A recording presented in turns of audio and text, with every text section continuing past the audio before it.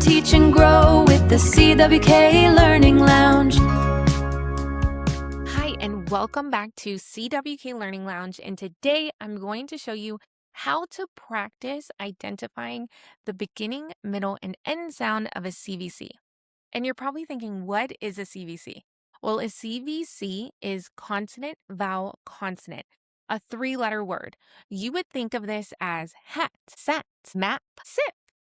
All of those words that you learn in kindergarten that a lot of kids learn how to blend. And they're learning how to segment words, which means that they're breaking down words and looking at sounds, which really helps with reading and writing. The very first thing before you do this, your child does need to know their letter sounds.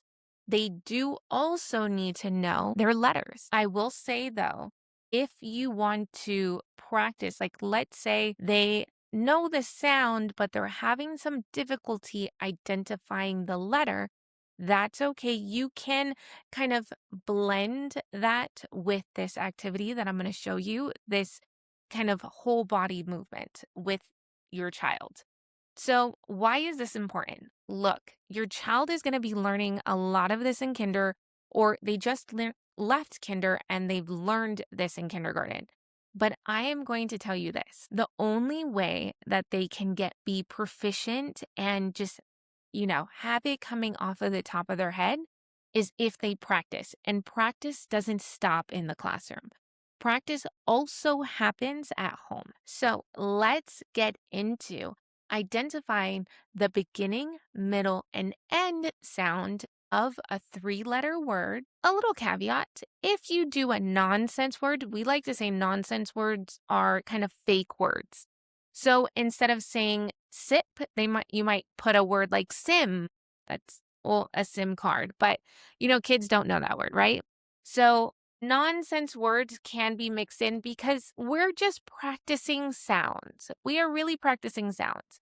And I will also show you how to enrich this with either taking it down to showing them with letters, or if you want to have them practice this with writing.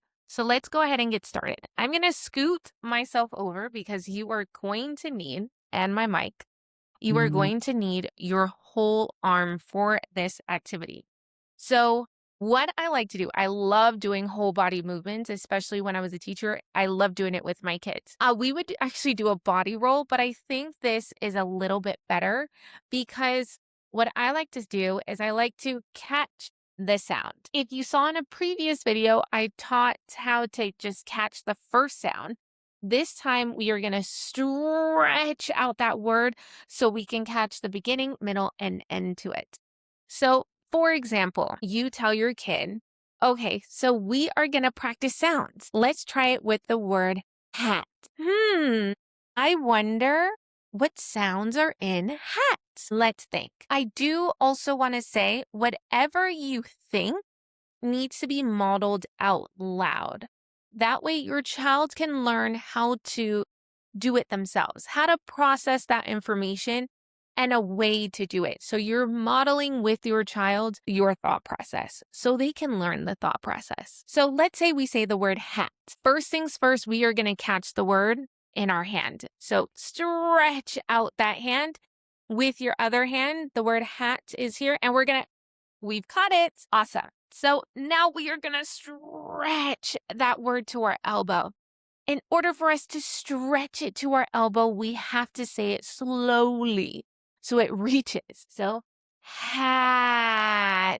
I'm hearing a sound in there. I heard a very strong ending sound for that. Let's do it again. Ready? Hat. All right.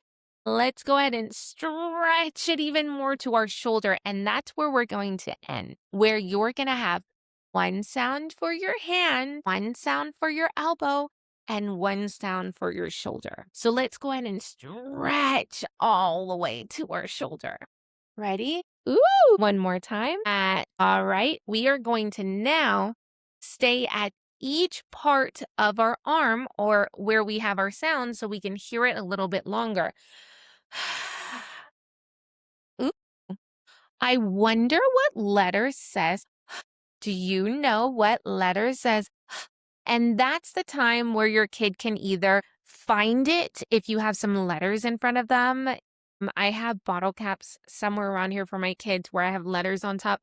Or if you have magnet letters, you can have it scattered and they have to find the letter for it. You can have a paper with just the alphabet on it and you can have them circle it or put something on top. Maybe you can say, okay, when we hear that sound, you're going to put the marker cap on that letter so you can identify it. Or you can have the kid write it. So I have a marker right here.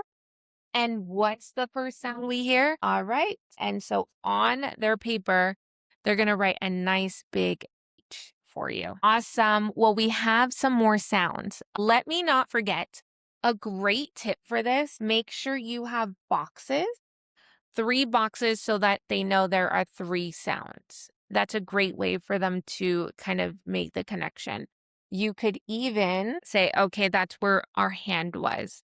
This is going to be where our elbow is. And then this is going to be our kind of shoulder. Okay, maybe an arrow to show them where we're getting the sounds.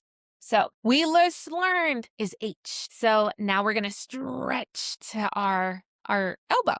Almost forgot the word. Ha. Ooh, what says? I wonder what letter says. Now, like I said, they can either find the letter to show you, they can find it on an alphabet chart, or they can write it. So we have what letter says?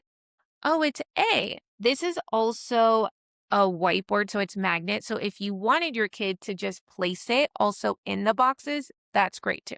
Oh, we only have one more sound left. Now it's time to go for the shoulder. All right, so let's go ahead and stretch out to here. We have hat. Hat. I wonder what letter says T. Now, once again, let me remind you, find the letters, find it on a chart, write it, or if you have it a magnet, they can stick it on. So, or one thing I do want to say, if it hasn't been told to you, make sure when you're having a child write, they're writing properly.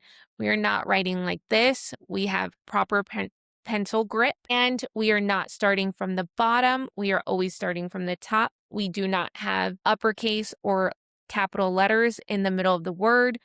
All of that makes a big difference. We are doing it properly, so we are always starting at the sky. So that means at the top. And we are always trying to make sure we have one motion of the writing. So try to make sure that your child does not pick up that pencil marker off of the paper. Because what I did tend to see a lot with the letter A, they would do it like this. And that was very, very confusing with their writing. They didn't know if they had an A, if they had an O and an I. So just making sure when we are going around and down. So for the A, we went around and down. For the T, we go down and across. For the H, I went down and bump, a small little bump. So here we just wrote what? Our word. Now you can have them rewrite again so they knew what the word is. Hat. You can have them sound it out here. Hat. Hat. Or now that we stretched out the words, this is a great time to be like, okay, what sound did we hear on our hand for the word hat in the beginning? So this is the time where they now get to practice. Now you did it. Now they're going to do it. Okay, so okay. And it's okay if they have to keep stretching it before they start hearing those sounds. The very first time you do this, it's going to go completely wrong. I'm just going to say this. It never goes perfect the first time, but the more and more you practice, it's really going to really help solidify a lot of these identifying sounds, letters. You could even, if they are completely just clueless, start with just getting that first sound. So we have hat.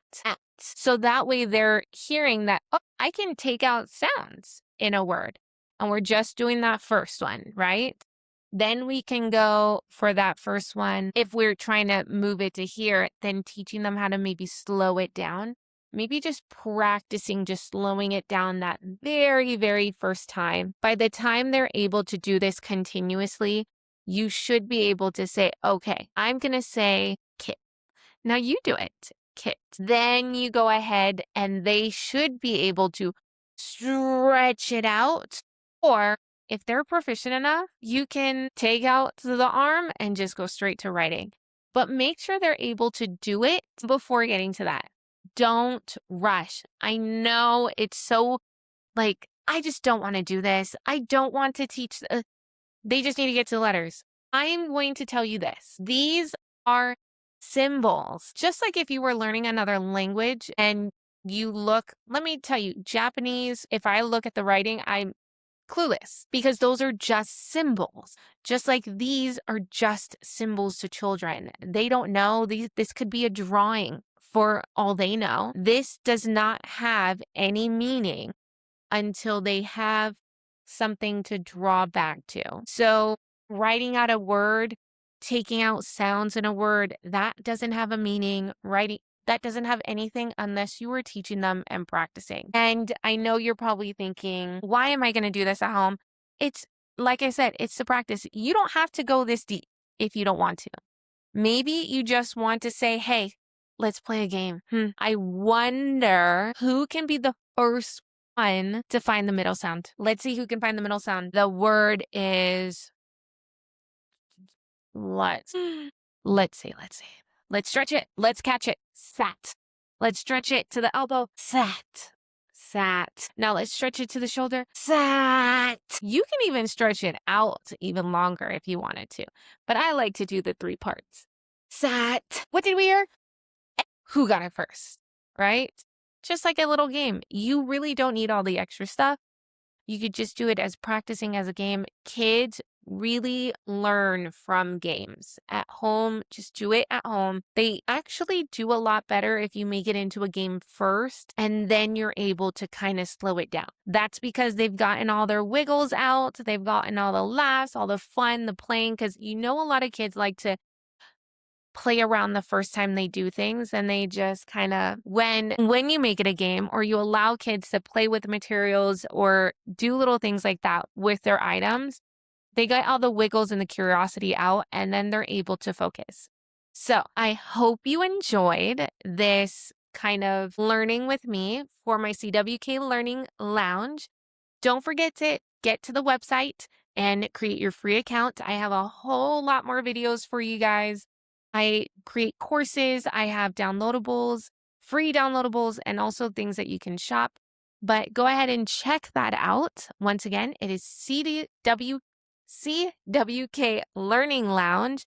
And I'm Karmin, your former teacher turned stay-at-home mom, but here to help you because I feel parents need the trainings that teachers get. So I am here for all the information and just to teach you. I am here for you. So thank you for joining me, and I will see you again later. Learn, teach, and grow with the CWK Learning Lounge.